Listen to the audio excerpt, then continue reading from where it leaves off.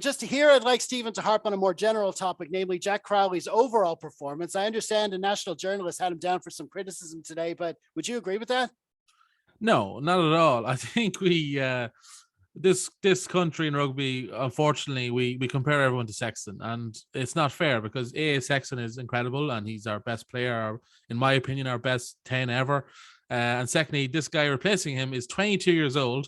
I think it's his second ever appearance for Ireland, his first ever start, and he also found out he was starting about 10 minutes before the game. He even wore Johnny Sexton's jersey. That's how late this was. Also, he's 22. I think Sexton made his first appearance when he was 24.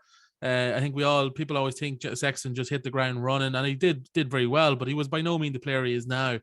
Crowley, I thought, he seems to handle himself and carry himself with a lot of confidence, more so than I think other options at 10. I thought they were quite smart in the first half. They didn't involve him too much. We saw a lot of sometimes Matt coming in as first receiver, sometimes more the centers, McCluskey getting first receiver. They try to keep it out of his hands nearly as much as possible, which I think was smart. Again, let him build into the game.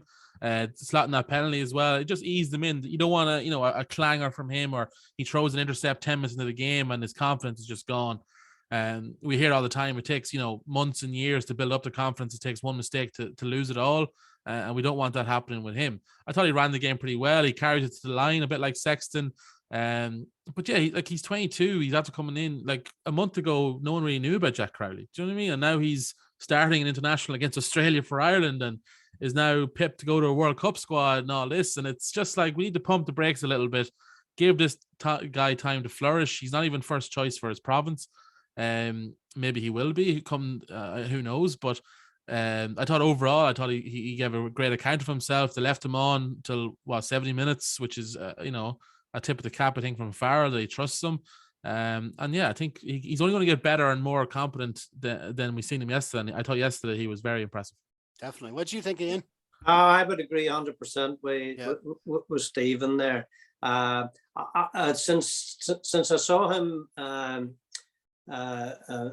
saw him under 20s, but since I saw him in that Emerging Ireland tour, I thought that this guy's really got it. And I've been pumping for him ever since. He does look to get stuck in. There's no fear with him, from that point of view. He's making good big tackles. He's hitting guys the proper way. And he's getting up, and he's talking to very experienced internationals as if he has been in there for some time. Not phased, I had written down, and looked to get stuck in. I just hope now that Munster will trust him over this next run of games, because these are all super critical games for Munster, but they're also super critical games for Jack Crowley's development. And I hope by the end of January that Crowley will have put in enough, and I'm talking about starting appearances, I'm not talking about coming on in the last 15-20 minutes of a game. I want to see him starting games over the next period, and that includes the 4 European games that they'll have before the end of January. Absolutely. Yeah, I mean, can I ask a question before we get going? Sorry. Yeah. And this is not a loaded question or anything like that. I'm not trying to annoy Munster fans, genuinely not. If Joey started yesterday, do we think the game would have went any different or much different? Genuinely asking the question.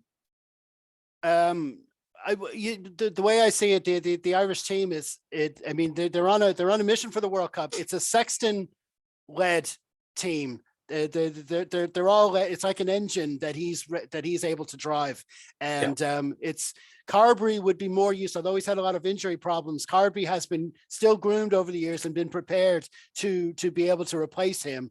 He might have been more comfortable. He might have been able to set up the attacks a bit more, but I don't know if it would have been that much different, because personally I thought if we were lacking anything in attack, it was just accuracy.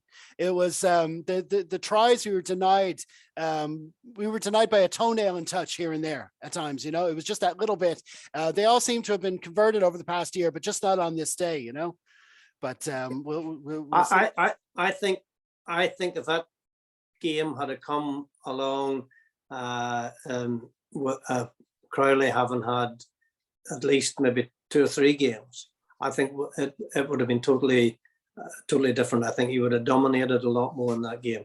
Stephen was quite right about him being sort of taken out of the first receiver position.